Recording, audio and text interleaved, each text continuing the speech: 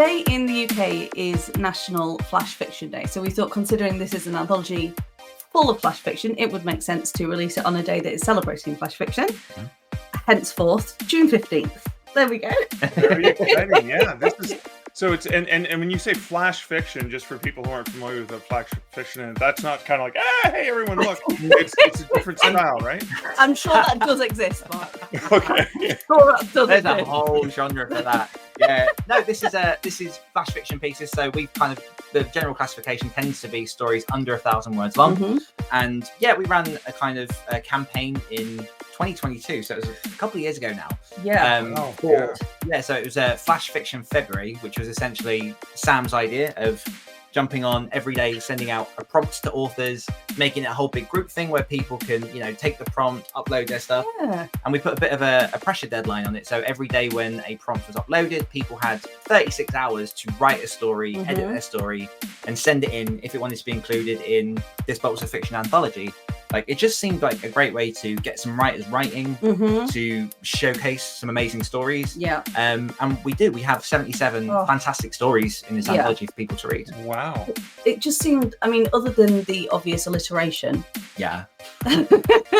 Flash Fiction February. Yeah. It was just one of those things where obviously, like, in November you have Nano and everyone gets really pumped for it, and it's like this huge, mammoth undertaking.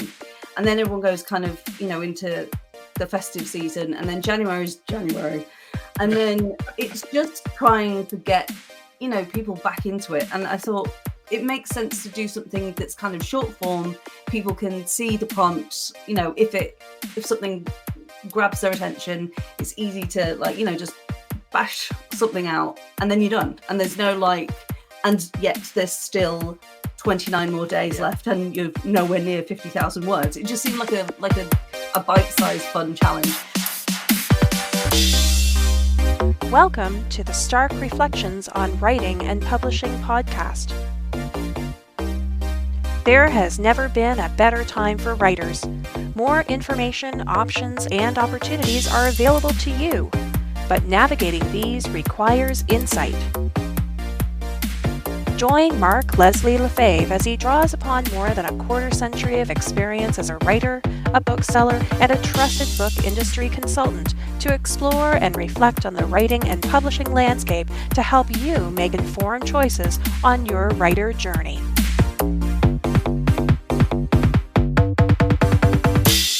Hello, Reflectives, and welcome to a special between-isode of the Stark Reflections podcast. This is episode 366, and this is a very special interview I did with Daniel Willcocks and Samantha Frost, who are the editors of Bolts of Fiction from Devil's Rock Publishing.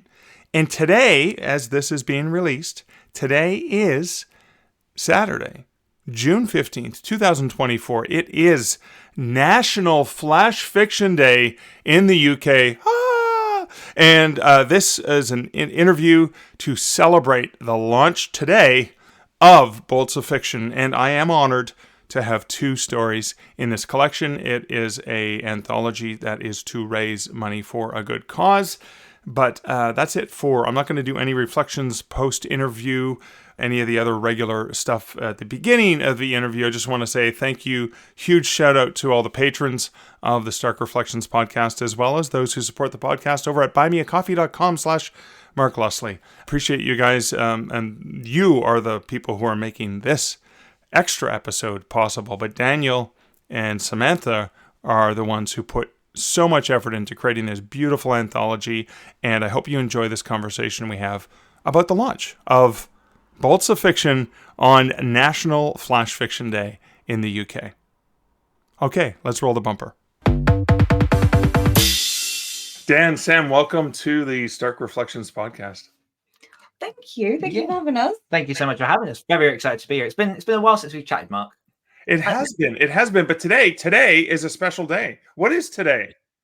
Today is the official launch of our Flash Fiction anthology, Bolts of Fiction. Oh my God, Bolts of Fiction. All right, so hang on. We want to pop this up. We want people to get a gander of it.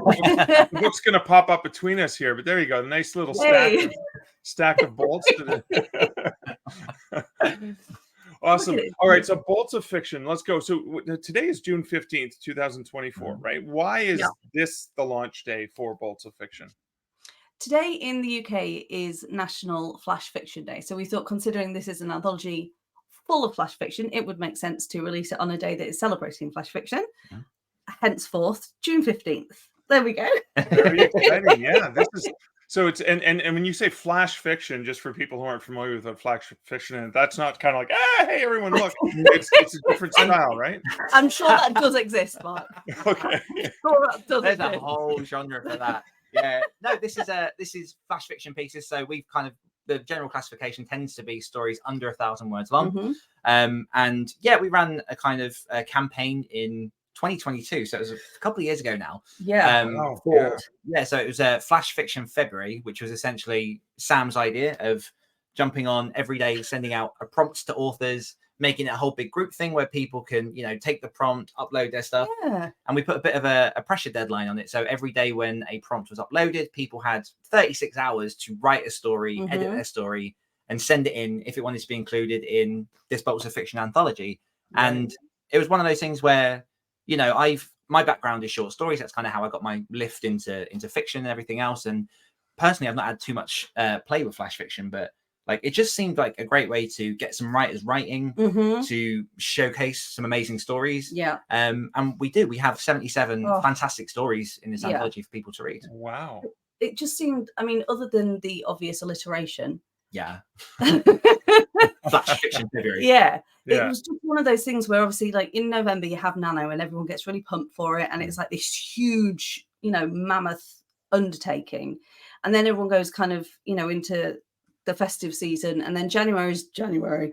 And then it's just trying to get, people back into it. And I thought it makes sense to do something that's kind of short form. People can see the prompts, if something grabs their attention, it's easy to just bash something out and then you're done. And there's no and yet there's still 29 more days left and you're nowhere near 50,000 words. It just seemed like a bite-sized fun challenge. And I will say, I mean, I'm getting tarred with the brush of this was my idea. Flash Fiction February was my idea. The anthology was your idea. But I wanted an end goal to it. It makes sense. Yeah, we had all of these people submitting stories. We had this whole campaign going, and I've edited a few anthologies in my time. There's a few on sort of the shelf behind me, and in my head, I was like, it's not a lot of work. Every time I do an anthology, I'm like, it's not that much work. It absolutely is. Saying it's so much work. As we say, it's like a year and a half since Flash Fiction February happened. Yeah. And we're finally here at the point in which we can publish a book. But yeah, I'm one of those people where I'm like, if you're gathering people together, even if they are small things that, essentially everyone got 28 chances individually to be in an anthology. Why not put a nice little end goal on it? You're writing stuff to a stimulus. You can kind of dabble if you want to, but for people that want to really sort of take it a bit more seriously and really hone their craft and do it. And that was kind of what we wanted. We wanted people from all different levels to play with it, to have fun if they want to be a bit more serious. And it worked really well. We had sort of hundreds of stories from people across multiple different countries, and wow, here we are. Yeah. So I want to go back to, so you had the idea and you co-conspirators, you came up with this plan, and then so every day there's a social media post that you had to follow, and then you would get a very usually entertaining prompt for what, and there were different lengths. So there were certain. Can you describe a little bit about how you came up with the various prompts and ideas, and then why you went with the varying lengths? Yeah, so I mean, first of all, I shamelessly farmed Pinterest. Shamelessly. If you need writing prompts, my lord, they have so many on there. So I went through and I looked at ones that made me go, that's interesting. And I think it depends. I mean, whenever there's a prompt, there's always, I think, for at least kind of 80% of people that would see it, there's kind of an obvious angle to go for. And so I wanted to kind of come up with the ones that you had that. And, because sometimes even going for the obvious angle is something that is incredibly interesting. But you want to leave space for people's brains that go, hang on, I'm going to do this I'm going to turn the corner and look at it a completely different way. So I was just looking essentially at any prompts that were like fun, interesting, that made me think, and then, you know, just kind of like tweaking them a little bit here and there. And the different lengths was because I think that a lot of people, if they've not like dealt with flash fiction before, it's very easy to go, okay, it can be up to 1,000 words, so it will be 1,000 words. Right. And, you know, some of the like best stories that I read in this were like, you know, 15 words. Yeah, you're I'm trying to remember. There's so many. There's like over 70 stories, but the Bell's whole fleet. And you read Bell's whole fleet. Oh my lord, yeah. The first time I read that, like I cried. which one Like, was that? It's the really, really short one where it's the old man that used to be Captain Avenger and he can't help anymore. Oh wow. Okay. And Wow. that, like, just that, because there's something, I think I have a real like, there's definitely something in me about like missed time, missed opportunity, that kind of thing, and just that Right. idea, like in such a small amount of time. Like that was the one I read to my sister as like an example of flash fiction, because she was like, how can anyone like convey like a full story, even if it's just a snippet in it? And I read that and she was like, I was like, there you go, that's how you do it. Yeah. Are you familiar with the Stephen King short of like flash fiction? Oh my god. Which one? The Stephen King Stephen one? King's, like, shortest, the one he said was like the shortest one you can think of. Yeah. And it was like baby shoes worn once. Yeah. I've had that alluded to Hemingway and then a whole bunch of other people. Oh, really? But yeah, that 6 words. Wow, powerful. But what you guys did as well, it was very specifically limited to like a very tight word count too. Is that what it was? Like, no, it had to be under a certain word count, right? Yeah, so it like absolutely no longer than 1,000 words. That was just like the blanket rule for the whole thing. Right. Hard rejection. I'm very good at like, if it's over that, no. Yeah. You're done. You're out. Yep. It's no longer a bolt. It's Yeah. a bolt. Yeah, you're no longer involved. You're turning into a storm, and we're not It's after a that. full circuit. And then I think it was every 3 days, if memory serves, we had kind of like an extra tricky challenge prompt, and that's where really tight word counts came in. So you know, the first one was it had to be exactly 1,000. Exactly 1,000. Yeah. Yeah. And then it had to be exactly 500, and then it was down to 250, 100, and then 50. Because it was that thing of like, I wanted it to be fun for people. I wanted people to enjoy it, but it's the idea of, when it comes to flash fiction, short stories, it's about taking, you know, that idea, that moment, and being able to deliver it as succinctly as possible, as beautifully as possible. And just the idea of starting someone, giving them the full reign of that, okay, here's 1,000 words, and now take out 500 of them. And just the idea of just like pulling in the lens until you're left with the core. Yeah, exactly what it was about in the first place.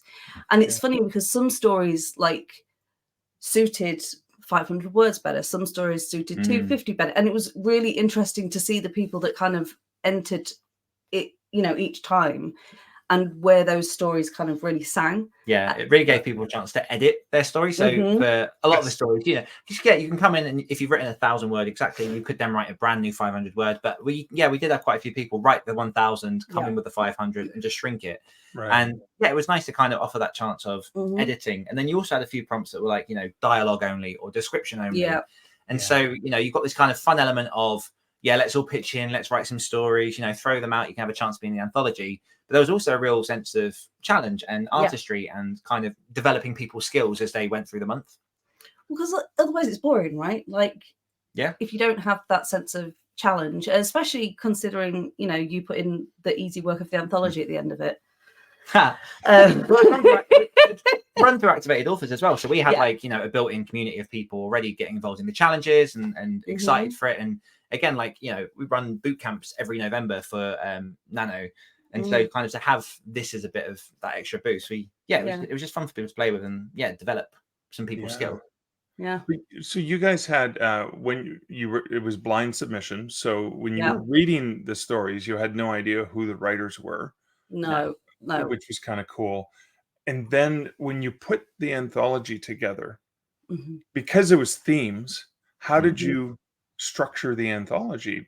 Was it structured based on themes, or how? I'm very curious how you take all of this stuff and go, okay, I like this one and this one and this one and this one, and all these different lengths and all these different styles from a whole book, like what, 28 different themes, or was it a leap year? No, 28 different themes, right? Yeah. I mean, putting together an anthology in the first place is like it's an art, like, you know, it's not just, I think a lot of people when they go into it, it's just like, oh, let's just gather these stories together, but there's a bit of an ebb and flow. You have kind of like, you know, more intense stories. You want to like then have one that kind of breathes out a little bit, just so as people are reading, they're not like overburdened with too much of the same thing.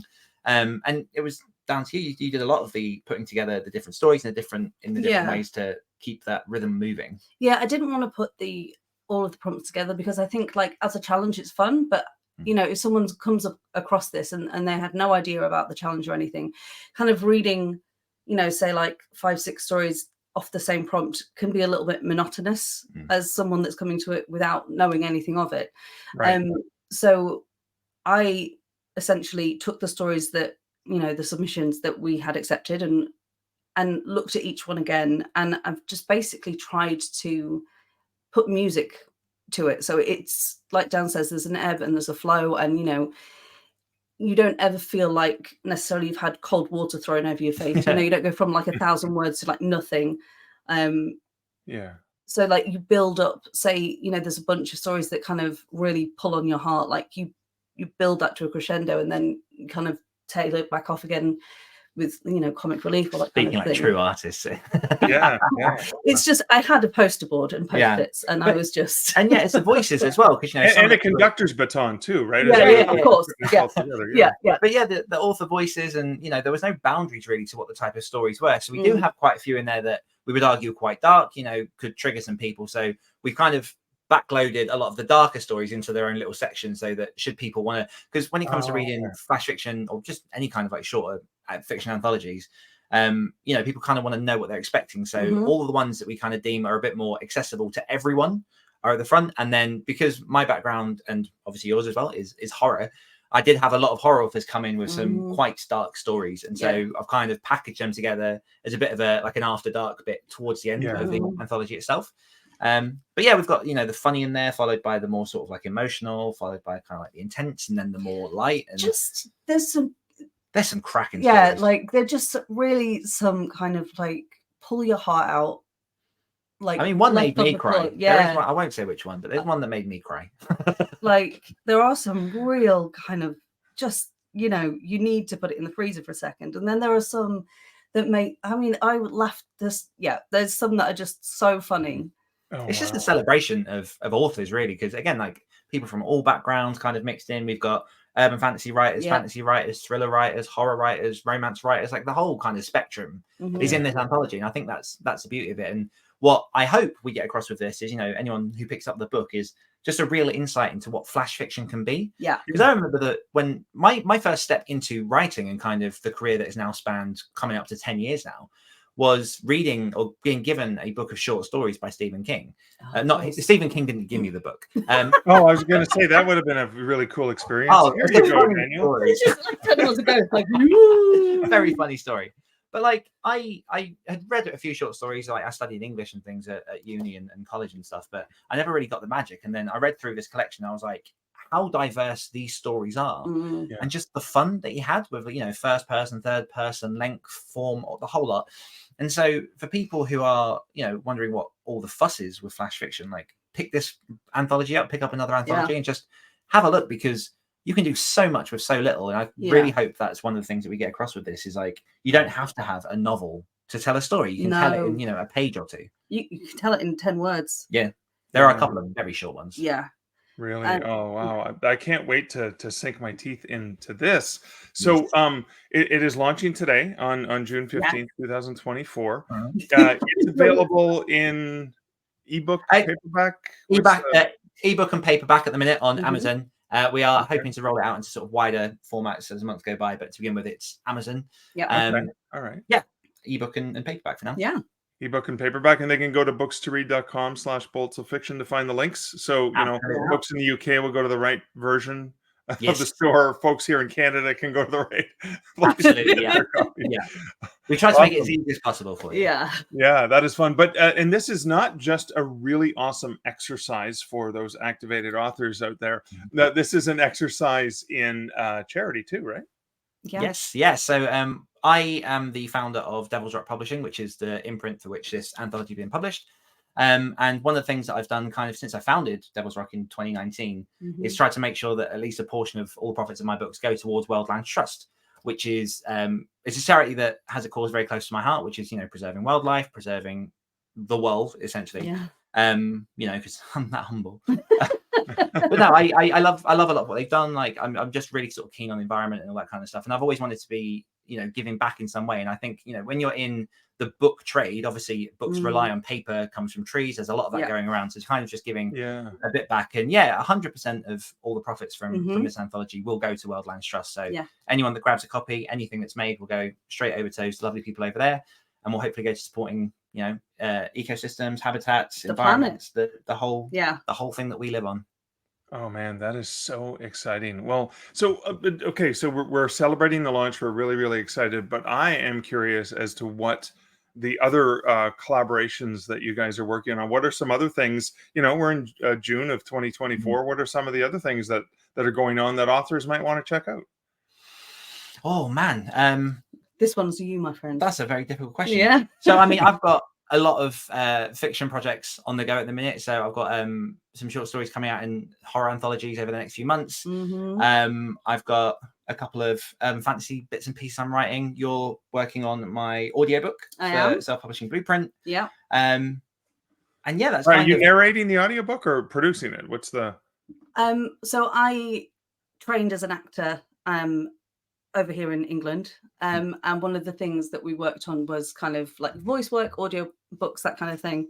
And it was Dan, I think it was a couple of years ago, who said to me, like, why aren't you doing audiobooks? And I was like, I don't know. And so, so it's already recorded. I'm editing it. Oh, that's fantastic. Yeah. Oh, so I have it's fun to record. I'm getting used to the editing process. That's less fun. To listen to myself over and over again. Yeah. When you're doing it and you're on the phone, you're like, I'm so good. And then you listen back, you're like, that needs some editing. Yeah. But that's okay. We're getting used to it. But it's been a lot of fun actually, because, it's an incredible book and it's just nice to be able to just read it in like your natural voice. Fun with it. And I like the writing. I don't so much like the narrating side of things. Like, it's just how I'm wired, I guess. So, you've got a fantastic voice for it. Like I've heard bits and pieces of it and it's working really well. But I also have like an entire back catalogue that I'm looking at kind of expanding into other formats, other stores, all that kind of stuff that I'm trying to play with. So there's a lot more sort of fiction and books coming out on the horizon, which for myself, you can find over at danielwillcocks.com, and that's WILLCOCKS. And then you've got a website coming up at some point, but it's not quite ready yet. Yeah, no, we'll be getting there. It was masteressofnone.com, but it's currently under heavy construction. Yeah. Okay. And also, just to add more links, if you want to find the full roster of authors in this anthology, that's at devilsrockpublishing.com/fiction. Oh, awesome. And of course, I'll have links to the show notes in the show notes at starkreflections.ca to all those things. And I think Mistress of None will probably be, by June 15th, should be under less construction. Yeah. It's okay. One of the highways here, 12 years. 12 years. Oh, wow. Yeah. That's not a few years. But also, just in case it hasn't been clear on here as well, if people want to read some of Mark's work in this anthology, got a couple of stories in there as well, just in case that wasn't fully covered. But, I forget. Yeah, and I am so thrilled. I'm so honored. I think I have a couple pieces in this anthology, and I was just so tickled pink. But what I was even more tickled by was the opportunity you gave me as a creative person to play. I wrote a bunch of things. I didn't submit all of the things, but I am in the process of constructing a 20th anniversary short story collection. Amazing. My first self-published book 20 years ago. So I'm doing this in October, and I have a section of micro pieces, short fiction and poetry.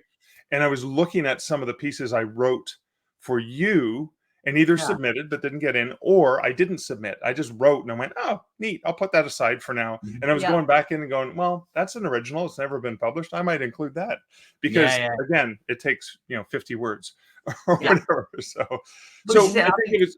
It was a phenomenal experience because every day, and I didn't do it every day. I didn't submit every day, but I would see the prompt. I would be inspired or not inspired because I was too busy and I didn't have time to be inspired, or I'd get inspired and then go, okay, I'll remember that, and I forgot.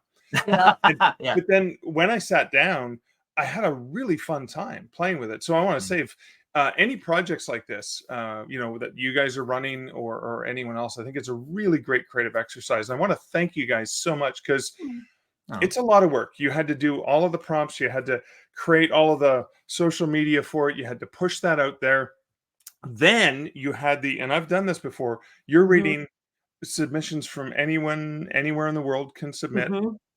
And that is called a slush pile for good reason, because it comes in and you have to wade through the slush and find the right pieces. And that process itself takes forever. So I just want to applaud you guys and thank you for that.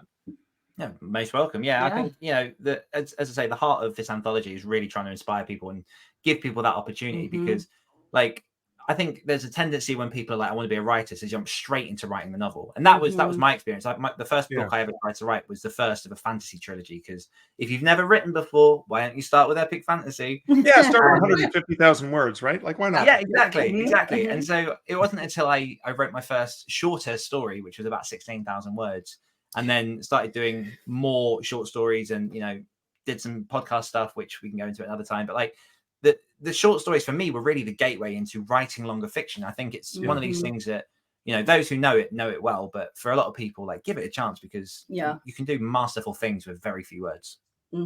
As proven in this anthology. Yeah.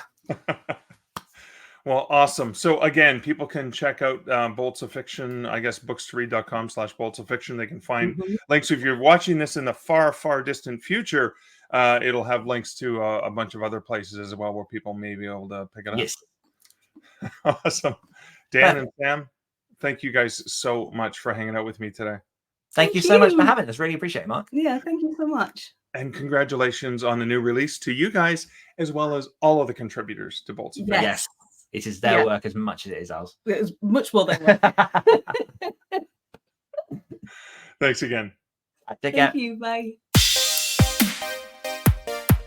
Thank you for listening to the Stark Reflections podcast. You can find show notes for each episode at starkreflections.ca.